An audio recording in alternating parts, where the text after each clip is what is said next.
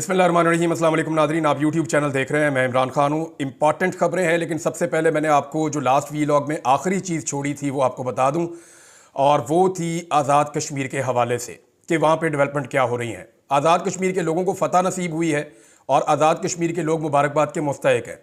मैं अहमद फरहाद साहब का ट्वीट इसलिए पढ़ के सुना रहा हूँ कि वो भी हमारे कश्मीरी भाई हैं और उन्होंने इसके ऊपर जो ट्वीट किया है वो बहुत इंपॉर्टेंट है। उन्होंने वो फैक्टर्स सारे बताए हैं जो अचीव किए हैं, जो सारे टारगेट अचीव किए हैं आज़ाद कश्मीर के शहरियों ने। उन्होंने नंबर 1 ये कहा कि मुजाहिरीन के सामने हुकूमत ने घुटने टेक दिए हैं। सदारती ऑर्डिनेंस की मनसूखी करते हुए काले कानून के तहत गिरफ्तार तमाम अफराद को रिहा करने का हुक्म दे दिया है। रहनुमाओं पर आज तक कायम की गई तमाम FIR खत्म। 40% प्रॉपर्टी टैक्स को कम करके 14% कर दिया गया है। बिजली के बिलों में भी फी यूनिट बड़ी कमी की मंजूरी दे दी गई है। तहरीक के दौरान बरतरफ सरकारी मुलाजमीन को बहाल करने का हुक्म दे दिया गया है। शोहदा के लवाहिकीन को नौकरियां दी जाएंगी और जख्मियों को 10 लाख फी कस दिए जाएंगे। इसके अलावा भी जो कुछ भी चार्टर ऑफ डिमांड के अंदर शामिल था उन मुतालबात की मंजूरी के लिए मुज़ाकरात होंगे और 6 माह के अंदर अंदर उन पर अमल दरामद किया जाएगा। ये जनाब नीचे इसका मुसवदा भी मौजूद है। 12 इसके पॉइंट्स हैं और जॉइंट अवामी एक्शन कमेटी 23 जनवरी 2025 की लॉन्ग मार्च कॉल वापस लेने का ऐलान करती है, क्योंकि एक बहुत बड़े लॉन्ग मार्च का भी इन्होंने ऐलान किया था और ये कहते फिर हम इस्लामाबाद आ रहे हैं, रोक सको तो रोक लो। और आज़ाद कश्मीर के शहरियों ने आज़ादी के लिए इकट्ठे होकर जिस लेवल की उन्होंने लड़ाई लड़ी है, इसकी माजी में कोई और मिसाल मिलती नहीं है। यहां पे मेरे पास एक और इंफॉर्मेशन है, वो मैं आपके साथ शेयर करता हूं कि एक्चुअली इन्होंने इसको अचीव कैसे किया। इस पे सोराब बरकत साहब, ज्यादती होगी मैं उनका नाम नहीं लूंगा, तो उन्होंने 4 बड़े बुनियादी नुकात की निशानदेही की है और यही नुकात हैं उनकी कामयाबी के। नंबर 1, अवाम ने एका कर लिया था, यानी एकदम तमाम शहर और हर दुकान बंद कर दी गई थी आज़ाद कश्मीर में। एका कर लिया था अवाम ने, उनके अंदर इत्तफाक था, इत्तेहाद था आज़ाद कश्मीर के लोगों में। नंबर 2, मुकम्मल पहिया जाम, सड़कें बंद कर दी गई, कोई गाड़ी नहीं चलने दी गई।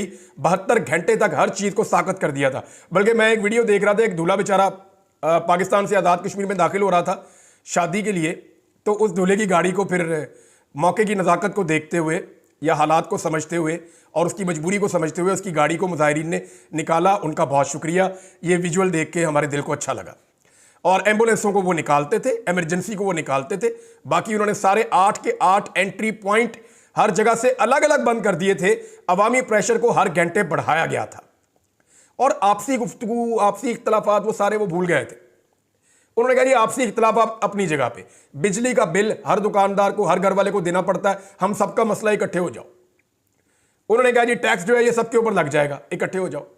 ये जो कानून काला पास किया गया है ये सबके ऊपर लग जाएगा, इकट्ठे हो जाओ। और आज अगर एक पार्टी हुकूमत में है तो कल दूसरी होगी, और वैसे भी कोई पार्टी हुकूमत में नहीं है इस वक्त। ना वहाँ पे पीपल्स पार्टी की हुकूमत है, ना PMLN की हुकूमत है, ना PTI की हुकूमत है। वहाँ पे मुदाखलत के ज़रिए से एक ऐसा रजीम चेंज किया गया है जिसको कठपुतली रजीम कहते हैं। एक कठपुतली वज़ीर आज़म बिठाया गया है जिसके ज़रिए से आज़ाद कश्मीर को कंट्रोल करने की नाकाम कोशिश की जा रही है और वो कोशिश अभी तक तो कामयाब नहीं हुई। नाज़रीन, ये मैंने आपके सामने रख दिया जो आज़ाद कश्मीर में हुआ। आज़ाद कश्मीर के शहरी मुबारकबाद के मुस्तहिक हैं और उन्हें अपनी तहरीक में कामयाबी बहुत बहुत मुबारक हो। अब मैं आपको ये बताता हूँ कि ख़ास तौर पे ये जो अस्करी मसनूआत के हवाले से बाइकआउट की एक मुहिम चलाई और उसका एक इम्पैक्ट आ रहा था, उसके खिलाफ लोग खड़े होना शुरू हुए, तो आहिस्ता आहिस्ता बंदे लॉन्च हो रहे हैं। एक बंदा जो है उसको बार बार लॉन्च किया जाता है, शाहिद अफरीदी। और शाहिद अफरीदी साहब को एक दफ़ा फिर लॉन्च किया गया है। इनके जो चंद बयानात हैं वो मैं आपके सामने रख देता हूँ, फिर मैं आपको बताता हूँ कि एक्चुअली शाहिद अफरीदी साहब को कैसे लॉन्च किया जाता है। देखिए, एक चीज़ का और भी बाइकआउट करना होगा पाकिस्तानियों को। एक है एस्टेब्लिशमेंट की ऐनक। माजी में ये ऐनक हमने भी पहनी हुई थी, बहुत सारे हमारे और साथी हैं उन्होंने भी पहनी हुई थी। जब आदमी ये ऐनक पहन लेता ना फिर उसे कुछ नज़र नहीं आता, फिर आदमी को वही नज़र आता है जो एस्टेब्लिशमेंट की ऐनक आपको दिखाना चाहती है। माजी में ये ऐनकें सबको पहनाई गई हैं, पूरे पाकिस्तान ने पहनी हुई थी। तो हम सारे अपने इस जुर्म का एतराफ़ बारी बारी करते रहते हैं, पूरा पाकिस्तान ये करता है। ये ऐनक इमरान खान साहब ने भी पहनी थी, बाकी सब ने पहनी थी। लेकिन अच्छी बात यह है कि अवाम की आंखों का ऑपरेशन हो गया और बहुत सारी चीज़ें उनके लिए क्लियर हो गई। तो ये जो है ना एस्टेब्लिशमेंट की ऐनक पहन के जब देखते हैं तो फिर ऐसे ही नज़र आता है जैसे आजकल शाहिद अफरीदी को नज़र आ रहा है। मैं आपको दिखाता हूँ उनका स्टेटमेंट क्या है। शाहिद अफरीदी साहब जनाब अली फरमा रहे हैं कि मेरी ख्वाहिश थी कि क्रिकेट खेलूं या आर्मी में जाऊं। इमरान खान को देखकर क्रिकेट शुरू की। इमरान खान नहीं होते तो क्रिकेटर नहीं बनता। याद रखिएगा कि शाहिद अफरीदी अपने हर कार्रवाई के अंदर पहले इमरान खान की तारीफ करते हैं, फिर पीठ में छुरा घोंपते हैं। अभी मैं आपको बताता हूं कि कैसे पीठ में छुरा घोंपा। इमरान खान साहब की जो ताकत है वो सोशल मीडिया है। सोशल मीडिया पर बदतमीजी और इखलाकियात से उतर कर बात होती है। लोग अपने आप को तालीम याफ्ता कहते हैं मगर बेचारों की तरबियत नहीं है। जनाब ये शाहिद अफरीदी का स्टेटमेंट है।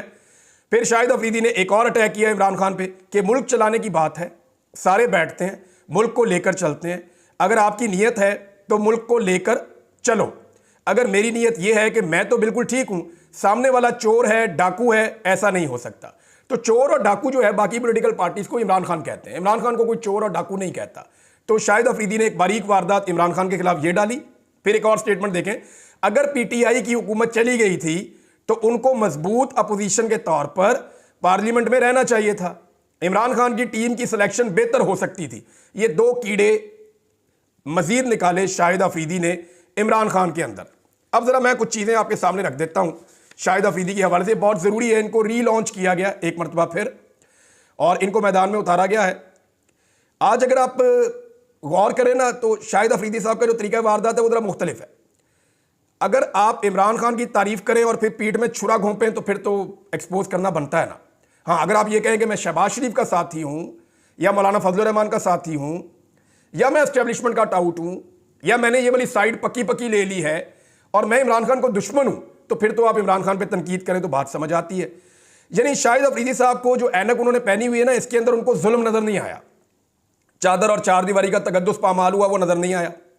मैं इमरान खान का फैन हूं, इमरान भाई कहते हैं हर जगह पे, मगर इमरान खान के गिरेबान में जब हाथ पड़ा वो शाहिद अफरीदी को नजर नहीं आया। इमरान खान का मैंडेट चोरी हुआ वो नजर नहीं आया।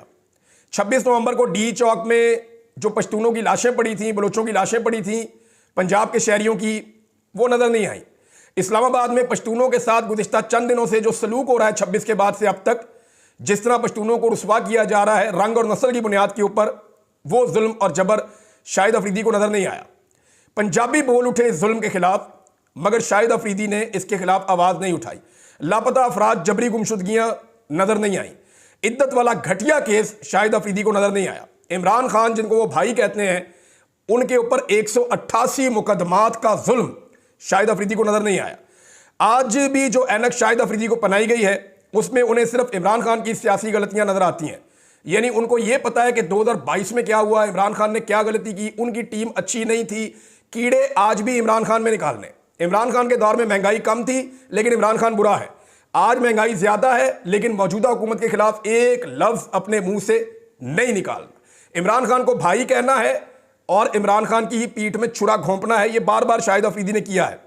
इमरान खान की टीम में खराबियां नजर आ रही हैं, मौजूदा टीम में कोई खराबियां नजर नहीं आ रही। मजलूम के हक में जुल्म के खिलाफ खड़े होने की बजाय शाहिद अफरीदी साहब चुप रहते तो बेहतर था।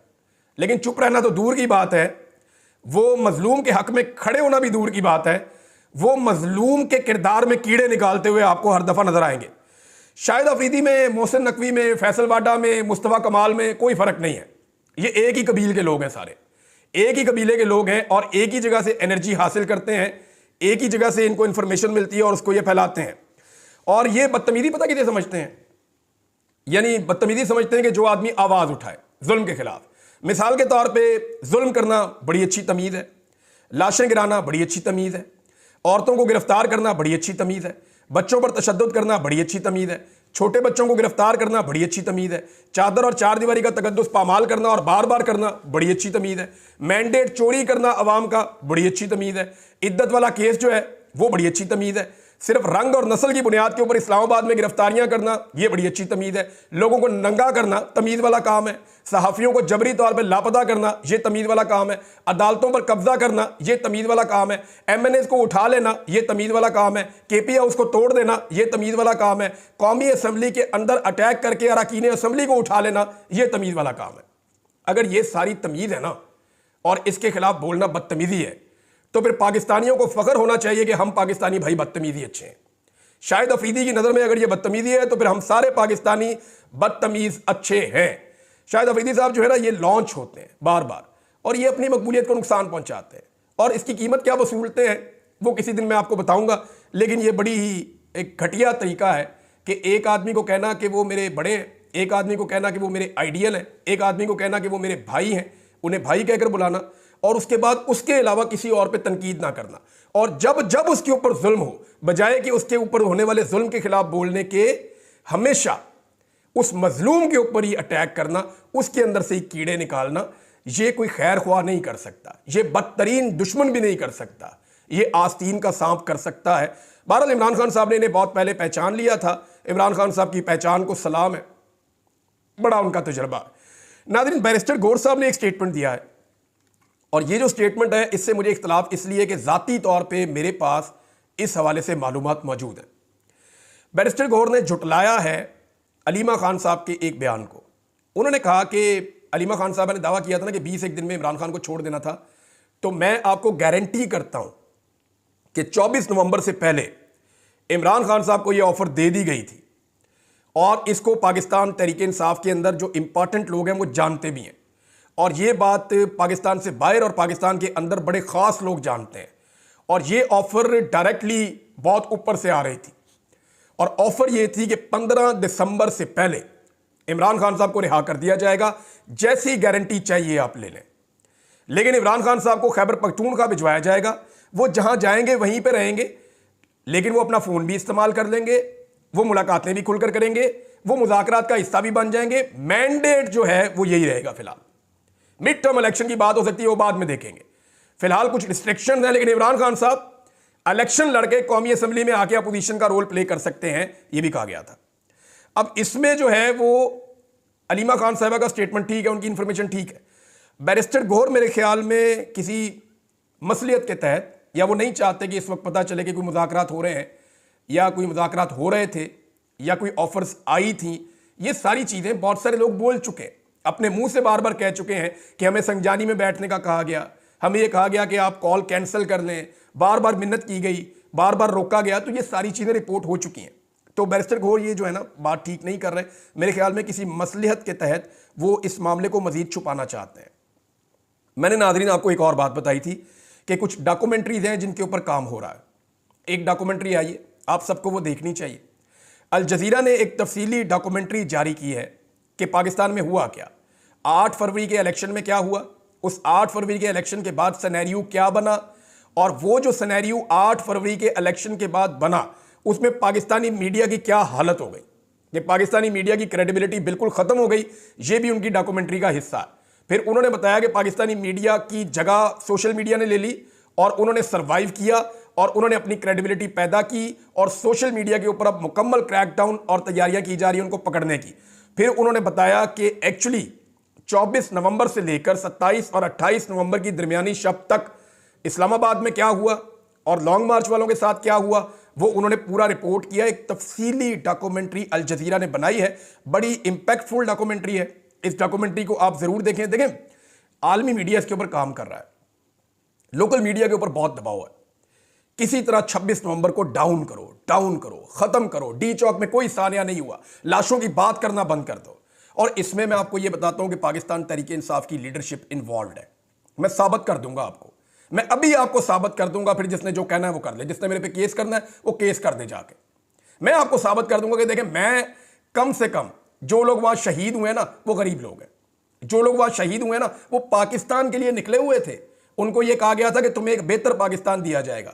वो खलूस नीयत के साथ आए थे, जिन्हें गोलियां लगी वो खलूस नीयत के साथ आए थे, जो शहीद हुए वो खलूस नीयत के साथ आए थे।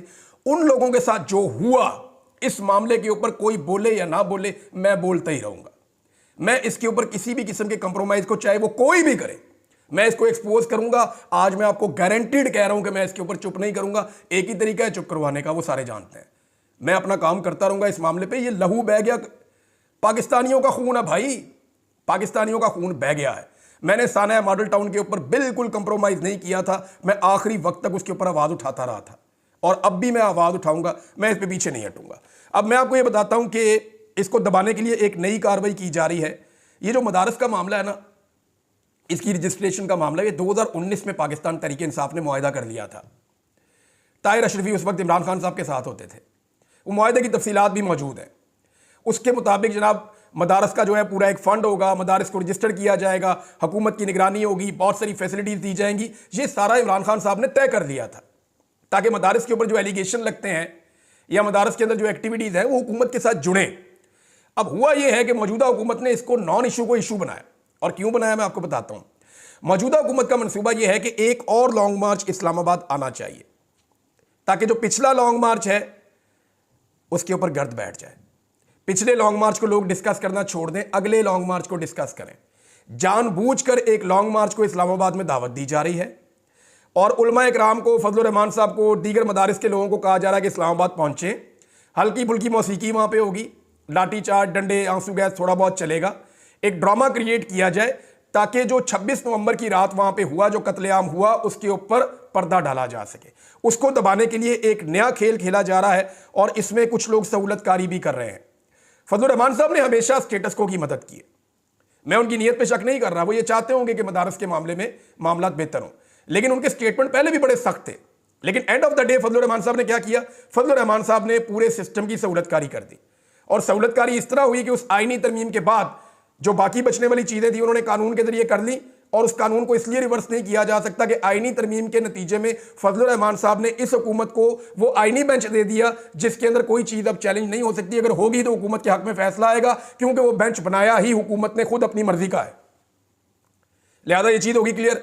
फजलुर रहमान साहब ने मुकम्मल सहूलतकारी मौजूदा निजाम को दी थी अपोजिशन में बैठ के। अब दोबारा से वो इस मामले के ऊपर मेरे ख्याल में मट्टी डालने के लिए या पर्दा डालने के लिए वो अपने लोगों को लाएंगे और तवज्जो हटाने की और तवज्जो बटाने की कोशिश करेंगे ताकि डी चौक से तवज्जो हटाई जा सके।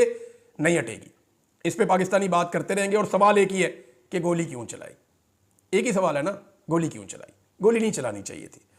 नाज़रीन, एक और चीज़ है, और वो ये है कि अब तक ये रोज़ाना हमें इसके ऊपर बात करनी है, हर वीलॉग में बात करनी है। ना ही पाकिस्तान तहरीक इंसाफ ने FIR दर्ज करवाई। आज जनाब जब मैं आपसे बात कर रहा हूं तो 8 तारीख की रात हो चुकी है, लगभग 2 हफ्ते होने वाले हैं, और ना पाकिस्तान तहरीक इंसाफ ने अब तक अपनी FIR दर्ज करवाने के लिए कोई दरख्वास्त दी, ना ही लापता अफराद के हवाले से हेबियस की पटिशन्स दायर की। आज तक पाकिस्तान में जो बंदा भी लापता हुआ है ना, सबसे पहले उसके घर वाले जाकर एक पटिशन डालते हैं हाई कोर्ट के अंदर। जिस इलाके से वो अगवा होता है वहां के हाई कोर्ट के अंदर एक पटिशन जाती है कि हमारा ये बंदा इस जगह पे आया था, ये कर रहा था, लापता हो गया, उठा के जबरी तौर पे गुमशुदा कर दिया गया, हमारा बंदा हमें रिकवर करके दिया जाए। PTI के मुताबिक उनके 150 के करीब बंदे लापता हैं। एक बंदे की भी अभी तक हेबियस की पटिशन इस्लामाबाद हाई कोर्ट में नहीं गई। इंतजार पंजूथा की गई थी ना, अब्बासी साहब की भी गई थी, मेरी भी गई थी, मैं एक जर्नलिस्ट हूं, मेरी भी गई थी, अहमद फराद साहब की भी गई थी, जितने भी लोग, डार साहब की भी गई थी, जितने लोग लापता किए गए हैं उन तमाम की पटिशन जाती है फौरी तौर पे। समी इब्राहिम साहब की भी गई थी, और ये मकबूल जान साहब की भी गई थी, इसी तरह हमारे जो हैं वो आफ्ताब इकबाल साहब, उनकी भी गई थी। लेकिन यहां पे एक बंदे की भी लापता होने की पटिशन तकरीबन 2 हफ्ते होने को आ गए हैं, इस्लामाबाद हाई कोर्ट में गई नहीं। क्यों नहीं जा रही? ये जानी चाहिए थी ना, नहीं जा रही। दूसरा यह है कि FIR अभी तक, यानी इतने दिन पाकिस्तान तहरीक इंसाफ वकीलों की पार्टी है, इतने वकील हैं इस पार्टी के अंदर के तबाही फिरी फिरी लंडा बाजार है वकीलों का, अभी तक एक FIR वो नहीं लिख सके कि जनाब उस दिन वकूआ क्या हुआ और FIR कैसे होनी चाहिए। नंबर 3 जो है वो CCTV फुटेज को महफूज बनाने के हवाले से 2 हफ्ते गुजरने के बावजूद पाकिस्तान तहरीक इंसाफ ने कोई कदम नहीं उठाया, अभी तक नहीं उठाया। और मैं आपको यह खबर दे देता हूं कि अब CCTV फुटेज नहीं मिलनी, ये तहरीक इंसाफ उल्टी लटक जाए, ये अब जो मर्जी कर ले, इमरान खान साहब जब बाहर आएंगे अब CCTV फुटेज नहीं मिलनी, जो होना था उन्होंने वो कर लिया। अब जहां पे वो सेफ है या जहां पहुंच गई है वो वहीं पे है, अब CCTV फुटेज नहीं मिलनी। Number 3, supreme court of Pakistan में किसी ने कोई पटिशन नहीं डाली, अभी तक कोई वहां नहीं गया। और अब मैं जो आपको खबर देने लगा हूं, यह खबर सुनने के बाद मुझे बहुत मायूसी हुई, लेकिन मायूस होने से बेहतर है कि अपने हिस्से की आवाज उठाएं, अपने हिस्से की आप क्षमा जनाएं। हुआ यह है कि तहरीक इंसाफ के अंदर जब पॉलिटिकल कमेटी की बार बार मीटिंग होती है तो उसमें बहुत सारे अरकान बार बार ये कहते हैं कि FIR क्यों नहीं हो रही, हम अपने लापता अफराद के लिए क्यों आवाज़ नहीं उठा रहे, CCTV फुटेज के लिए क्यों नहीं कोशिश कर रहे।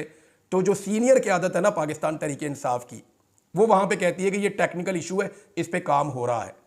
इस सीनियर क़यादत को मैं अगवा करवाऊँ ना, ये सीनियर क़यादत अगवा होना तो 2 घंटे के अंदर जाके पटिशन जमा हो जाएगी हाई कोर्ट के अंदर, 2 घंटे के अंदर पटिशन अभी आप बैरिस्टर गौर को उठा लें या किसी और को सीनियर को उठा लें, 2 घंटे के अंदर पिटीशन ना हो, इस्लामाबाद हाई कोर्ट में छुट्टी वाले दिन ये पहुंच जाएंगे, जाके पिटीशन दायर करेंगे, ये करवाएंगे।